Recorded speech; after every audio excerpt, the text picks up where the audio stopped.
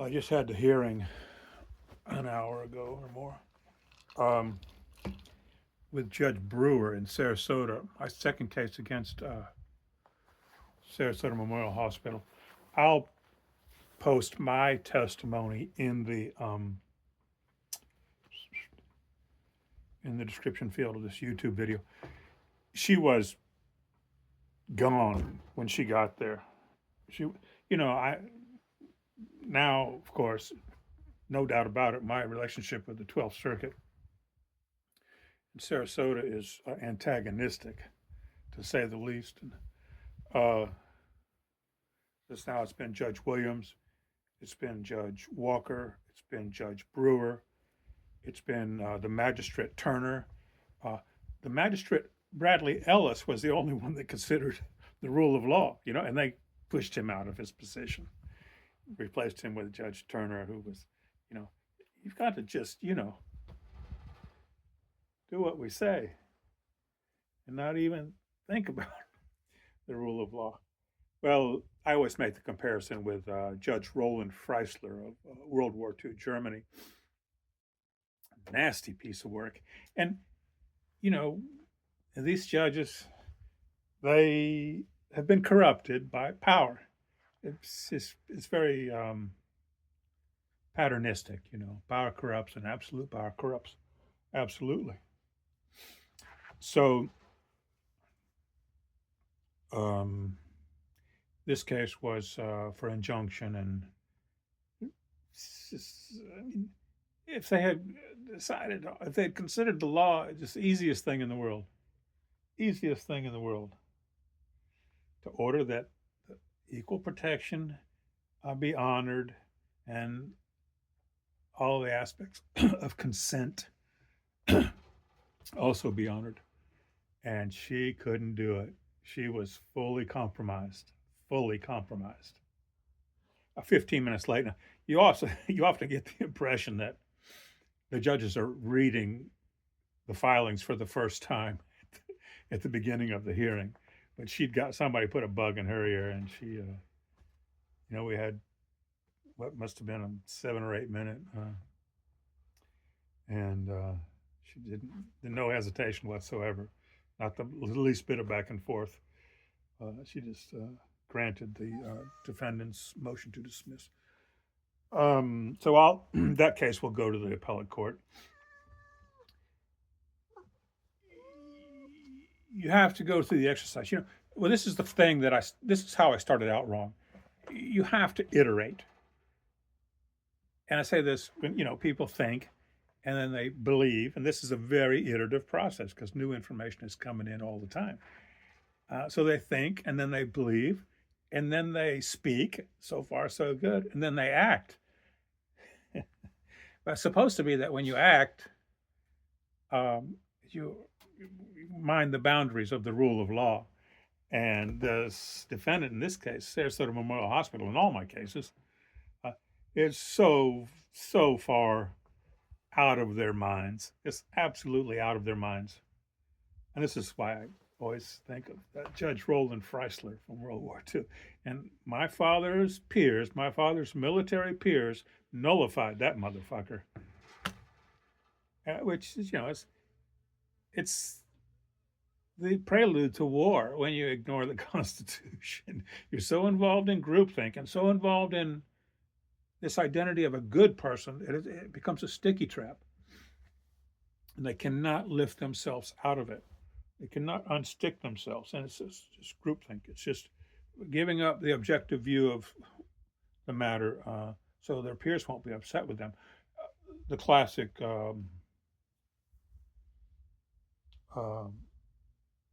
metaphor or allegory is emperor's new clothes, and just so well put. These people don't want to observe that the emperor, this emperor meme of child cutting, is butt naked because, their dinner party circuit, and they don't want any of their friends to think, oh, she's not a nice person like us, or whatever the case may be. And it's just embarrassing. They succumb to evil and cannot self-correct. So anyway, there's that one. So the thing about having should have having iterated at the very beginning, because I cussed Judge Williams like a bastard stepchild by email, not during a Zoom hearing. Um, uh, and I've expressed my displeasure with Judge Walker and Judge Brewer, all the same. So you have to get used to this people just being shut down the way these people are. I mean, it's in the culture, so you would think that it's not. You'd be used to it, but when you go before a court where their only job is to defend the Constitution, you know, and they don't do it, then you're like, motherfuckers. These people are the iteration of Judge Roland Freisler.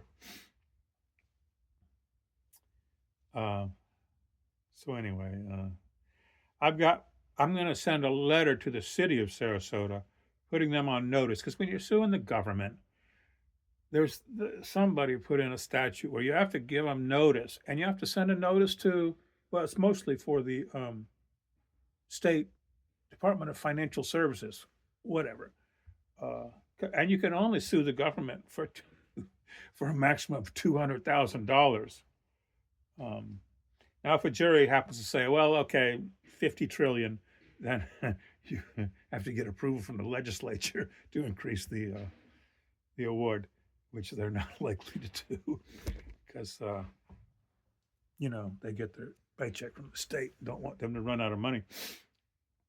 But anyway, so I'm going to send a letter to Sarasota and the Financial Department of Financial Services, and then they have like 180 days to, I suppose, consider, coming into compliance with the law, and then you file suit and go through the whole process again. So there are three approaches to this. One is intentional infliction of emotional distress. The second one is just an injunction against the business that is abusing the children. And the third one is for a writ of mandamus, getting the court to order the executive branch to enforce the rule of law. And these are all viable paths, and they are all shut down. It's the same phenomenon. I was just watching Göring's granddaughter, the first in command of the German military in World War II, the second in command after Hitler.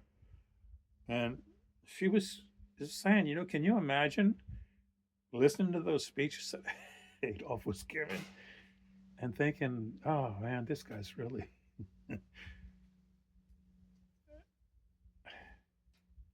this is unimaginable. She couldn't imagine it, and nobody today can imagine it. But you look at foot binding and how ignorant we look at it, how we view that as so profoundly ignorant. It went on in China for 1,000 years, totally widespread. And now, but we're doing the same thing. We're doing the same thing as the Nazis. It's just this mass psychosis. We're doing the same thing as the foot binders. We're doing the same thing as the slaveholders. We're doing the same thing as the Tuskegee syphilis experiment. So it doesn't go away. And this was the observation that in the new movie Nuremberg, it was about this psychiatrist, Kelly, I think was his name, and he wrote a book, or one of his kids wrote a book or something like that. The psychiatrist and the Nazi. And that psychiatrist observed at the end of the book, this doesn't go away.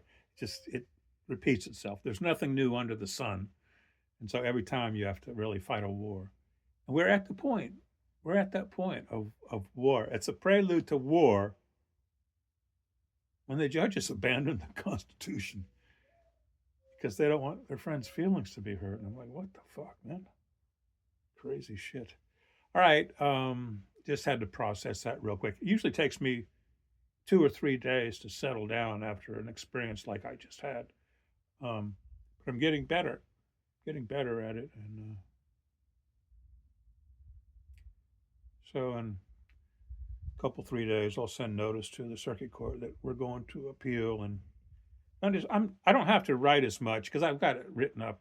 It's like a file that computer coders use. You don't code everything from scratch anymore. You just go into the files and pull out a function and plug it in. And I've got so much written that there's a lot of it is just copy and paste.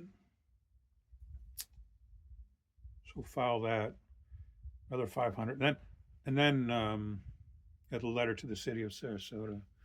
Then the case, my 7th case, has a hearing in January 14th. Advent Health, and probably was the best written complaint that I've done because, like I said, it's iterative. You go up the steep part of the learning curve, then you get to the turn, and definitely become more effective. Yeah, thank you.